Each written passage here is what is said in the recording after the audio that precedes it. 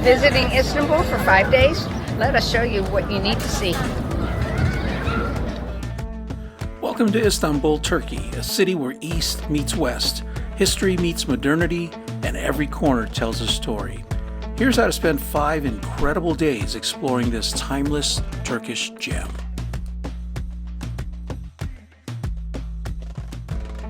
On day 1, we'll spend the day in Sultanahmet, exploring Hippodrome, Blue Mosque, Hagia Sophia, and the Basilica Cistern. Then on day 2, both these places will take a few hours each. So in the morning, we'll go to Topkapi Palace, and in the afternoon, Dolmabahçe Palace. On day 3, we'll explore the Asian side. We'll take a ferry ride from Eminönü to Kadikoy. Then we'll spend some time in Kadikoy and head up to Üsküdar to Çamlıca Hill and Çamlıca Mosque. On day 4, we'll get back to the old city and go to the Fener and Balat neighborhood. Then we'll head to Eminönü for Grand Bazaar and Spice Bazaar. On day 5, we'll explore the new city. We'll go over to Galata Tower, Taksim Square, Istiklal Street, and then Galataport. So let's get started. Day 1. Ancient Wonders of the Old City. We begin at the Hippodrome of Constantinople, once the bustling social hub of the Byzantine Empire. Built in the 3rd century AD, this grand oval arena could hold up to 100,000 spectators who gathered to watch thrilling chariot races and imperial ceremonies.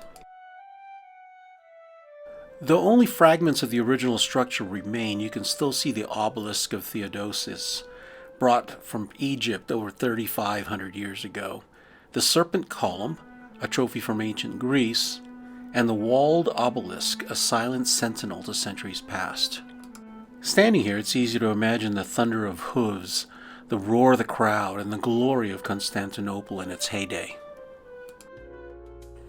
Just across from the Hippodrome is the majestic Blue Mosque, or Sultan Ahmed Mosque, an architectural masterpiece commissioned by Sultan Ahmed I in the early 17th century. Its nickname comes from the over 20,000 hand-painted blue Iznik tiles that adorn its interior walls, creating a heavenly ambiance of light and color. The mosque features 6 towering minarets, a rare design choice at the time, rivaling even the Great Mosque of Mecca. As you step inside, you're enveloped by intricate arabesques, high domes, and quiet reverence. Despite being a major tourist attraction, it remains an active place of worship, blending spirituality and artistry in one breathtaking space.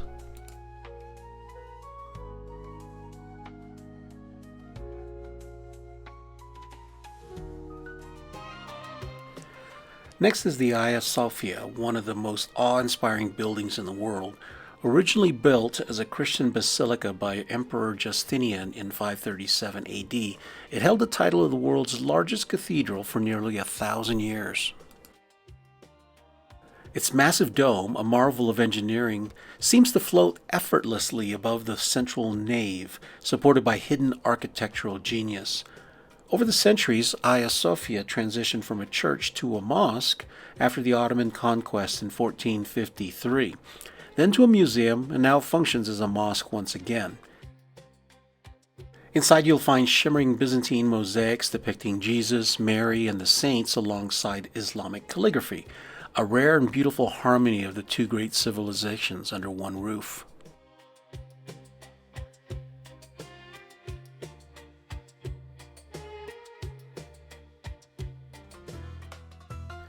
Hidden beneath the bustling streets of Sultanahmet lies one of Istanbul's most mysterious landmarks, the Basilica Cistern. Commissioned by Emperor Justinian in the 6th century, this vast underground reservoir once stored over 80,000 cubic meters of water, supplying the Great Palace and other nearby buildings. Walkways now lead visitors through a forest of 336 marble columns, many recycled from earlier Roman temples. Dim lighting, the sound of dripping water, and flickering reflections give the space a hauntingly beautiful atmosphere. Don't miss the Medusa heads placed curiously at the base of 2 columns, a nod to myth and mystery still debated by historians today. Day 2, Ottoman grandeur and Bosphorus beauty. Begin day 2 at Topkapi Palace, the political and administrative heart of the Ottoman Empire for nearly 4 centuries.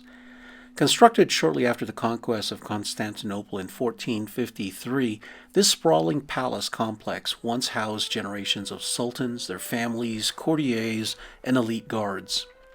Explore the Imperial Gate, first and second courtyards, the Imperial Harem, and the Sacred Chamber of Holy Relics. Here you'll see artifacts such as the Prophet Muhammad's cloak and sword, priceless jewels like the Topkapi dagger, and the world-renowned Spoonmaker's diamond. The palace offers stunning views over the Bosphorus and Golden Horn, making it easy to see why its location was chosen for a symbol of imperial power and prestige. Next, head north along the Bosphorus to the 19th century Dolmabahçe Palace. In stark contrast to the older Topkapi, Dolmabahçe Palace reflects the opulence and modernization of the Ottoman Empire in the 19th century. In stark contrast to the older Topkapi, Dolmabahçe Palace reflects the opulence and modernization of the Ottoman Empire in the 19th century. Completed in 1856 under Sultan Abdülmecid I, this palace was designed in a European style, blending Baroque, Rococo, and neoclassical elements with traditional Ottoman architecture. Inside you'll find crystal chandeliers from Bohemia, gold-gilded ceilings, Italian marble staircases, and silken draperies fit for royalty. The palace boasts 285 rooms, 46 halls, and the world's largest Bohemian crystal chandelier weighing over 4.5 tons. It was also the final residence of Mustafa Kemal Atatürk, the founder of modern Turkey, who died here in 1938. His room has been preserved exactly as it was, draped in respect and national pride. Day 3, cross the Bosphorus to Kadikoy, a vibrant local neighborhood on the Asian side. It's full of markets, hip cafes, and authentic Turkish street food, a perfect place to explore Istanbul like a local.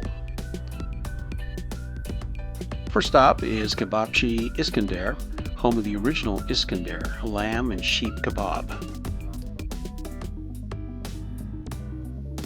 Discover the myriad of streets and shops and a variety of products and foods that are available.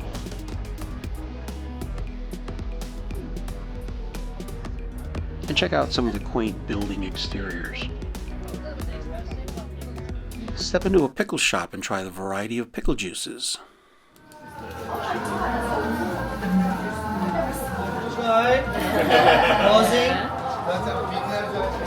I gotcha. So eat the pickles, drink the juice. Okay. Guys.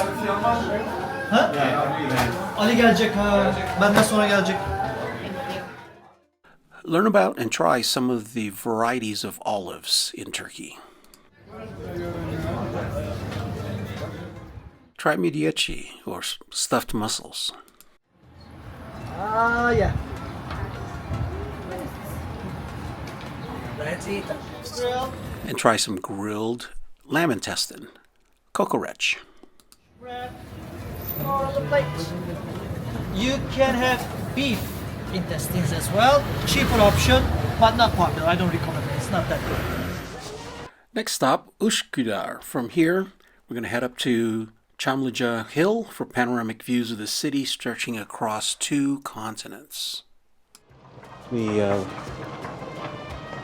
Bosphorus from the Asian side, which is down here at the bottom of the hill, over to the European side.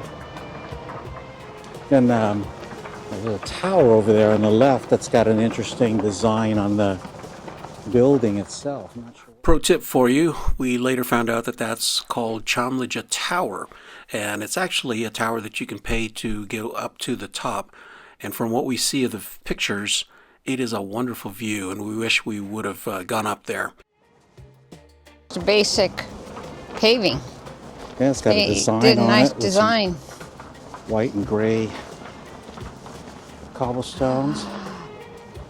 Again here, another shot of the Marmara Sea out there.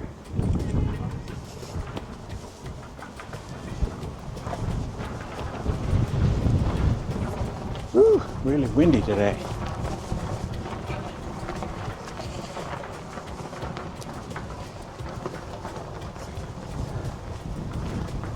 All right.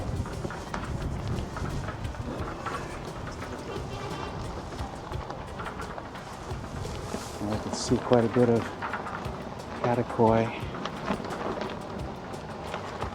We'll have to look up what those mountains are behind there, but there's a lot of high-rise buildings here that I didn't quite expect as much of.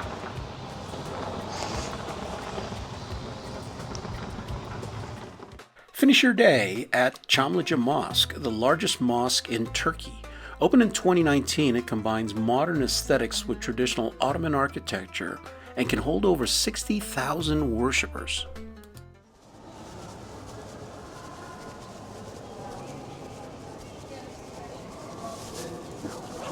The main prayer area.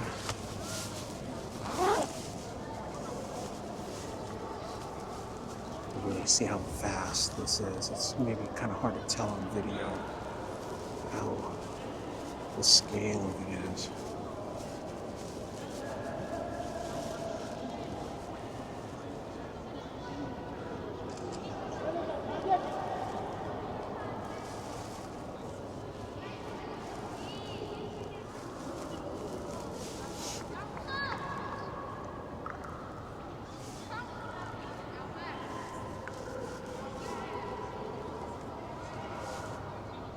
Got this beautiful light fixture up here.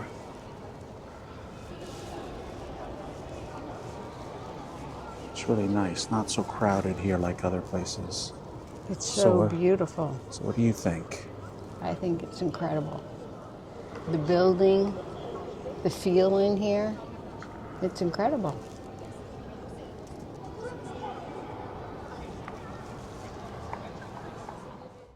On day 4, our friend and guide Hamdi took us to the Fener and Balat neighborhoods, and in the afternoon we'll explore the Grand Bazaar and the Spice Bazaar. First up is the Chora Church, which is located in the Edirne neighborhood of the old city walls near Fener and Balat. Unfortunately, the day that we were there was a Friday, and it was the only day of the week that they were closed to visitors. So before you go, check the hours of operation.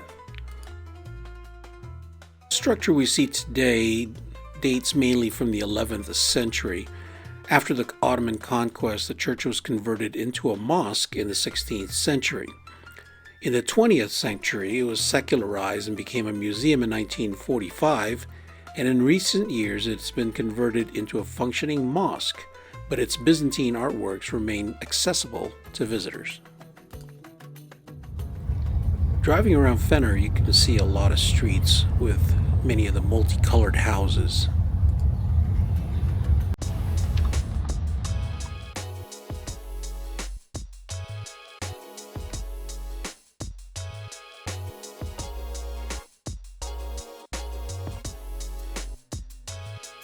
Özel Fener Room Ortaokulu ve Lisesi High School.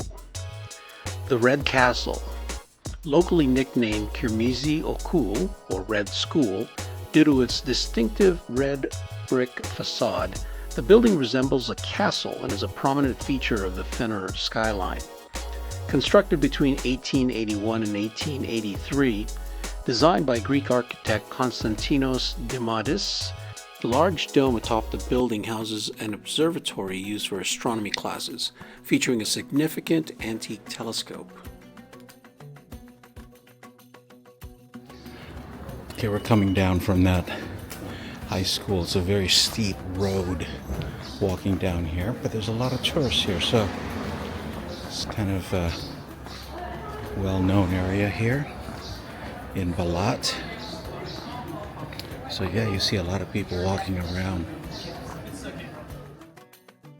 And we stopped into this little place called Arte Balat to buy a little Turkish doll for our granddaughter.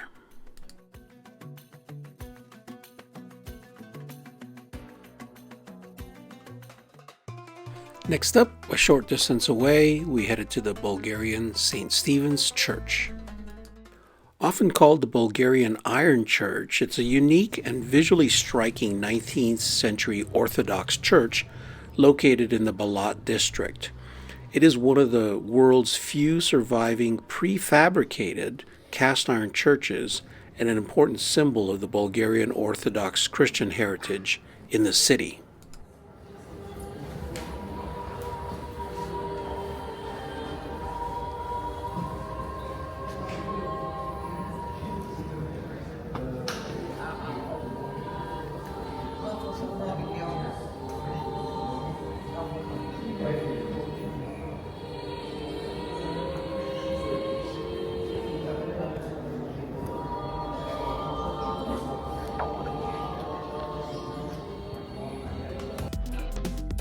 No trip to Istanbul is complete without visiting the Grand Bazaar.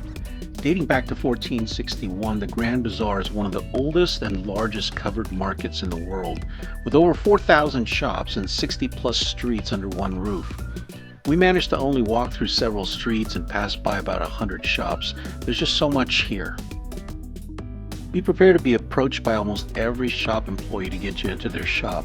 After a while, it becomes so overwhelming.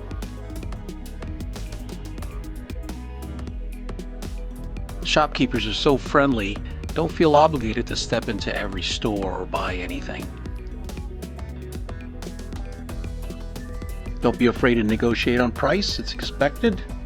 But if you're looking for lower prices and better deals, wait until you're in the streets outside the Grand Bazaar. Those shops are more likely to work with you on price. Pro tip, go there on a weekday in the morning. It's less crowded, as you can see from our visit. If you go there on the weekend, it is wall-to-wall people.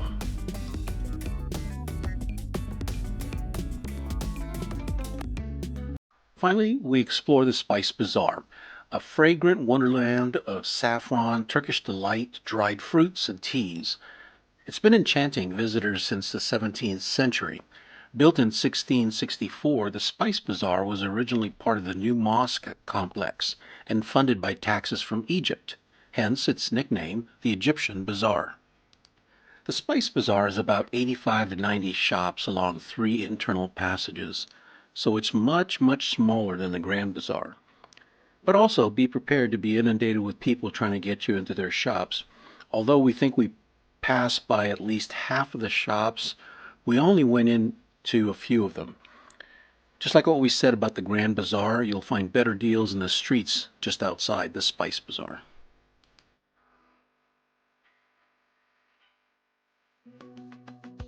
Day 5, Modern Istanbul.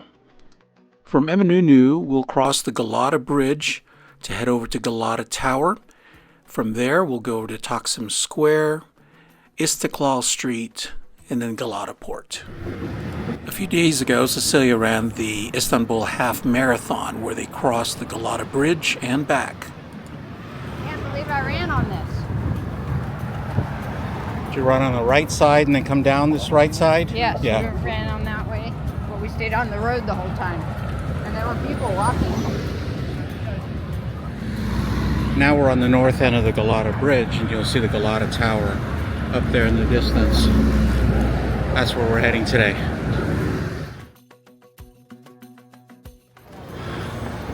After a pretty decent uphill climb, we finally get to the Galata Tower. So we're here at the Galata Tower. You see people go up there. I think it's around $50 to go up.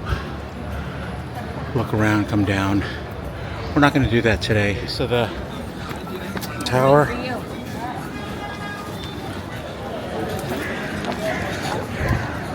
Here's the tower.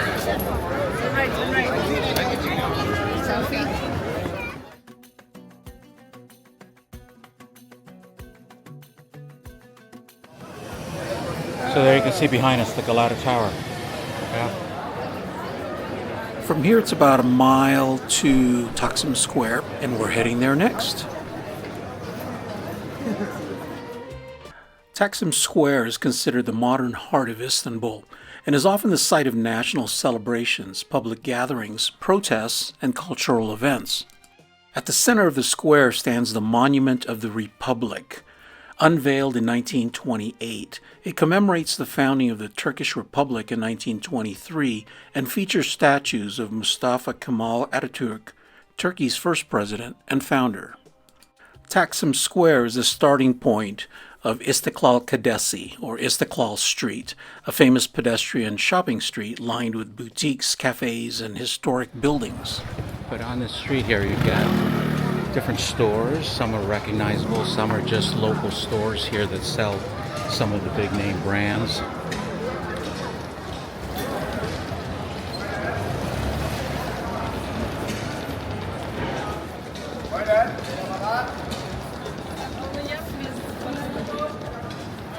Yeah, you see brands like Gap and H&M. So you'll see a Nike store here. Sephora. So we're going down one of these side streets off of Istiklal Street.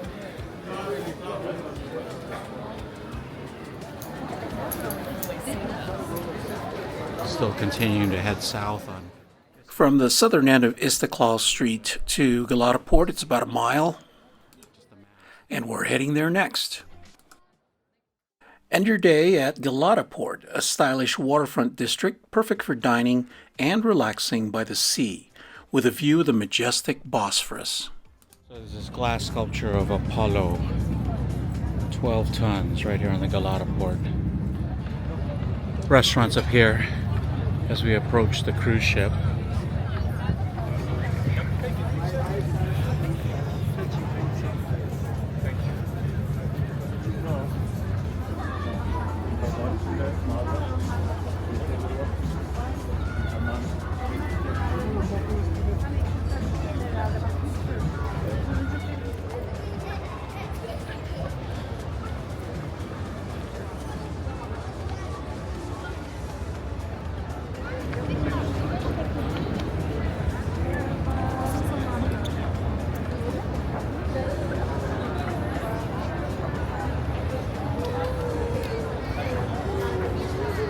So it looks like it's got names of all different towns and cities here in Turkey. It's multicolored, circular, and it's got a mirror in the center.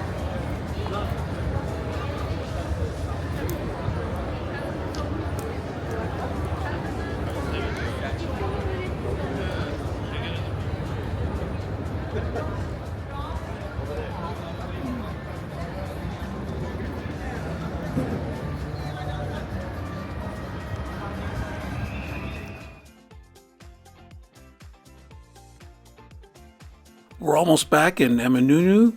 It was a long day with lots of walking. So there you have it. From ancient empires to vibrant modern life, Istanbul offers a travel experience unlike any other. Whether it's your first visit or your 10th, there's always more to discover in this incredible city. We hope you watch our other Istanbul videos. Thanks for watching, and we'll see you next time.